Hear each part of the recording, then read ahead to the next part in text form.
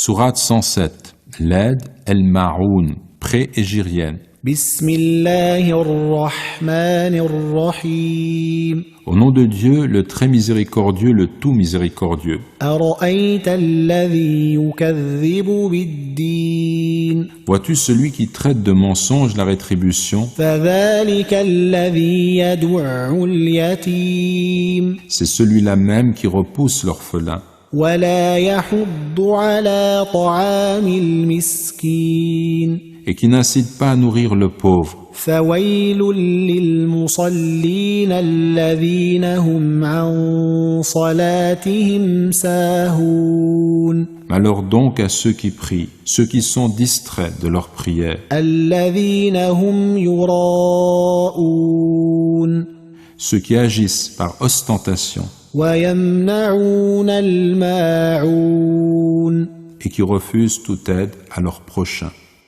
Commentaire, sens des expressions et explications. Vois-tu celui qui traite de mensonge la rétribution, dans le sens, considère avec étonnement la position de celui qui nie le retour à Dieu et le jugement. Ed-din est un mot qui, selon le contexte, peut être traduit par religion ou par rétribution. Et dans ce cas, il est souvent précédé du mot yaoum pour le jour de la rétribution, yaoumuddin. Ce verset a été révélé à la Mecque en désignant les polythéistes acharnés contre l'islam, tels que El-As ibn Wa'el, El-Walid ibn al-Mughira, selon le commentaire de Abu Bakr el-Jazairi, qui repousse l'orphelin. Mujahid a dit « Yadu'u » signifie qui écarte de son dû. Il est rapporté que ce mot vient de « da'atu yuda'una », terme au passif qui apparaît dans la sourate 52 au verset 13 et qui a le sens d'être repoussé, écarté, selon El-Bukhari, et qui n'incite pas à nourrir le pauvre. Yahubbu habba, exciter, pousser, inciter. Selon El-Bukhari, cette expression a le sens de celui qui n'ordonne pas de donner à manger aux pauvres. On peut se reporter au Coran, sourate 89, verset 18. Malheur, wail, remarquons que l'expression malheur à ceux qui prient peut être comprise comme une affirmation ou comme une invocation dans le sens que le malheur afflige ceux qui prient. À ceux qui prient, ceux qui sont distraits de leur prière. Saha'an signifie être distrait de quelque chose. Ils omettent de faire la prière à l'heure et en retardent l'accomplissement. Interrogé par son fils sur le sens de ce verset, s'agit-il de l'abandon de la prière?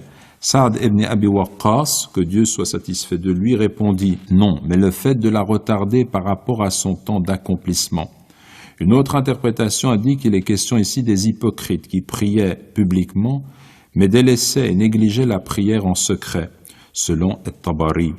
À noter que l'on distingue l'expression « saha'an » de l'expression « sahafi », qui renvoie à l'oubli et au fait d'être distrait au moment où l'on fait la prière. Ce qui peut arriver aux croyants les plus appliqués lorsqu'ils sont distraits par une pensée ou un événement extérieur.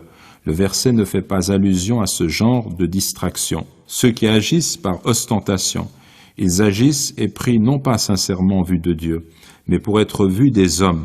Ibn Abbas, que Dieu soit satisfait de lui et de son père, a dit « Ce sont les hypocrites.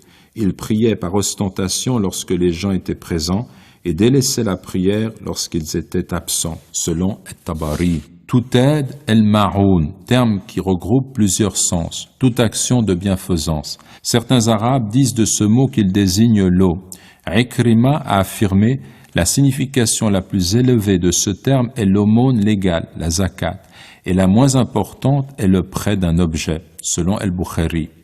Il désigne toute chose utile. Ibn Omar, que Dieu soit satisfait de lui et de son père, a dit « El-Ma'oun, c'est l'aumône légale, la zakat ». Ibn Mas'ud, que Dieu soit satisfait de lui, a dit « C'est la marmite, le seau et la hache ». Saïd ibn al-Musayyib a dit « El-Ma'oun, dans la langue des Korachites, c'est l'argent, el-mal ». Tabari, après avoir énuméré ses explications, affirme que l'on peut retenir le sens général de ce verset. Dieu les a décrits en indiquant qu'ils refusent de prêter les choses d'utilité courante que les gens ont l'habitude de se prêter et qu'ils refusent de donner à ceux qui sont dans le besoin et aux pauvres la part de leurs biens qui leur est due obligatoirement, car tout cela entre dans le cadre des choses qui sont utiles et dont les hommes peuvent tirer bénéfice en s'aidant les uns les autres. Fin de citation. Quelques enseignements. Premièrement, le rejet de la croyance en l'au-delà conduit l'homme à se comporter de façon méprisable à plusieurs niveaux. Sur le plan social, exploitant l'orphelin, ignorant les pauvres et refusant de donner ce qui leur est dû ou ce dont ils ont besoin. Sur le plan cultuel, négligeant la prière et ne lui accordant que peu d'importance. Sur le plan spirituel, agissant hypocritement et par ostentation.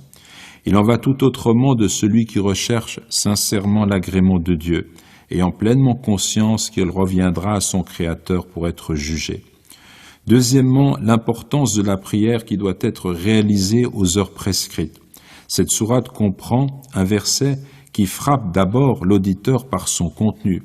Malheur donc à ceux qui prient, la prière étant une œuvre de bien. Mais le Coran enchaîne aussitôt, au verset suivant, ceux qui sont distraits de leur prière.